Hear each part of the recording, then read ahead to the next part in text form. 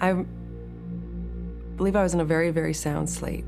And when I felt suddenly, as I'm coming awake, someone on top of me, someone with their body weight pressing down and holding my body down and grabbing at my underwear and trying to yank them off.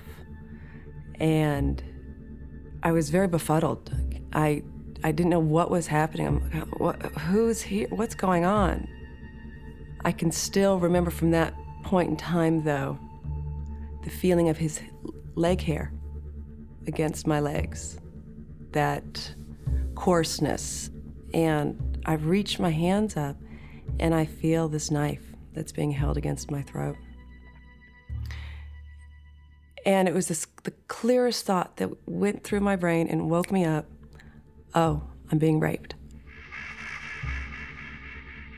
All I can recall doing is screaming, no, please don't hurt me, and trying to push away this knife, and yet kicking and moving and screaming to please stop, please don't hurt me. As soon as I put my hand up to his hand, I enraged him. And once I enraged him, the fight was on. And it wasn't going to stop until one of us had won and one of us had lost. I took a very hard blow to my right eye.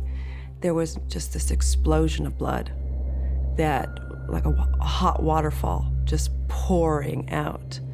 And I had my second rational or clear-headed thought, and that was, he's cut my eye out.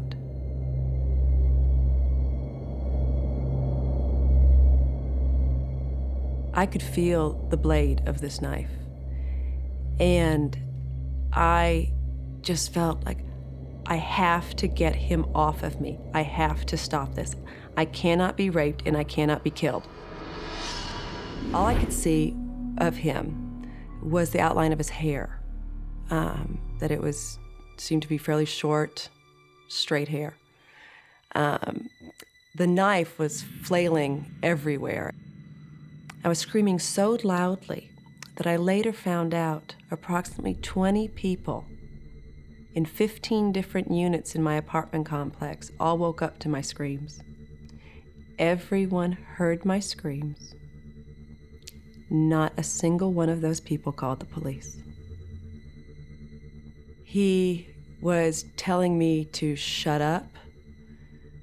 He was saying my name, Jennifer, shut the hell up. I was trying to think, who is this? He knows me. It's someone I know. And I was trying to rattle through who it could be.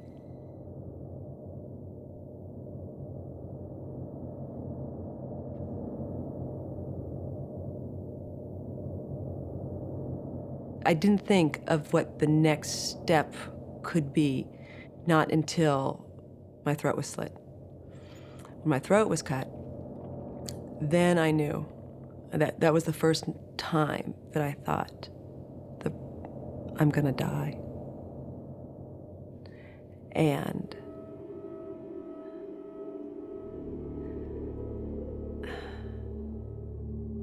I didn't want to die. He drags me across the room and tells me to get in the bathroom.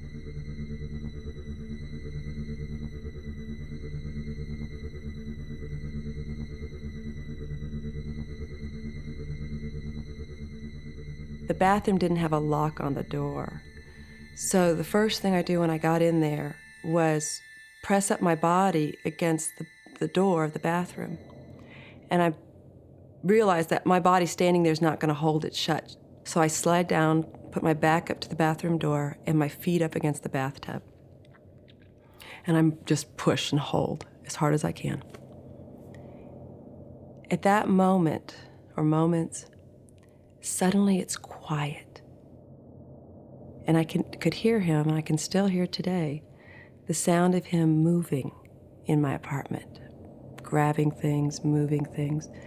And then I hear the sound of his pants zipping up, just the zipper going up.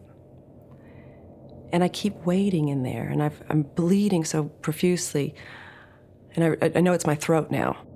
I reach around and I grab the toilet roll off the toilet paper holder and yank that off, and I stick that up against my throat.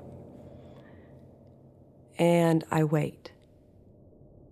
I just knew I had to get out of there because the option was I stay in there cowering, scared of what's on the other side of the door. If I do that, I'm going to bleed to death. I decide to open the door to come out, which was a big decision to do because I thought maybe he's waiting quietly to surprise me.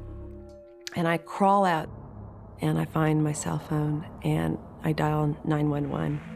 Probably about 15 minutes into this 911 call, there comes a pounding on my front door. And I tell the dispatcher they're here. And he goes, I've got the Houston Fire and Police on my screen and they're not there yet. The voice on the other side of the door was promising me help, but it was very insistent that I open this door.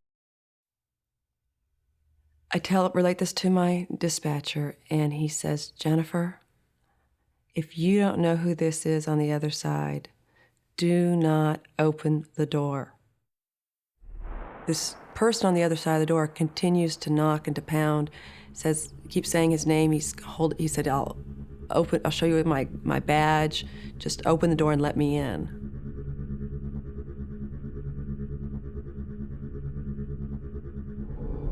There's suddenly lots of voices outside the door, saying Houston, and identifying themselves as Houston Fire and Police, and my dispatcher confirms with me that it is in fact they're there and I can go.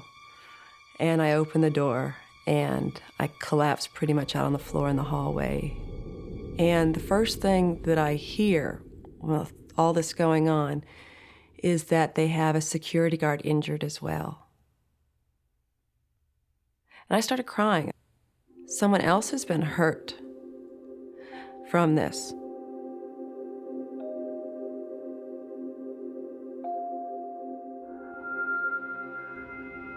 When the police came into my apartment, after they'd already taken me away, they had found some belongings. They had found in the apartment a pair of underwear, a Pinkerton security guard hat, a belt, and a glove. And they also found a knife.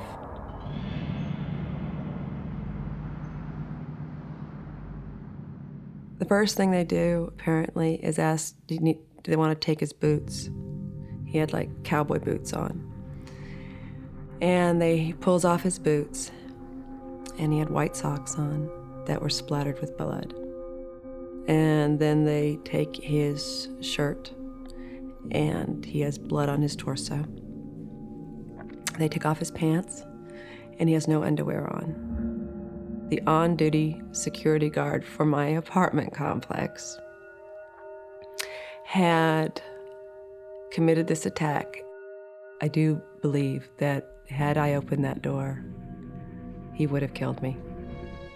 The police and the detectives, they all came into the hospital, into the emergency room and post-surgery, and were like, girl, you put up one hell of a fight. But there was blood on the ceiling, there was on the walls, it was flying. Bedclothes were everywhere. And I did. I fought with everything in me, because despite the fact having been slashed and stabbed and cut, he did not succeed in raping me.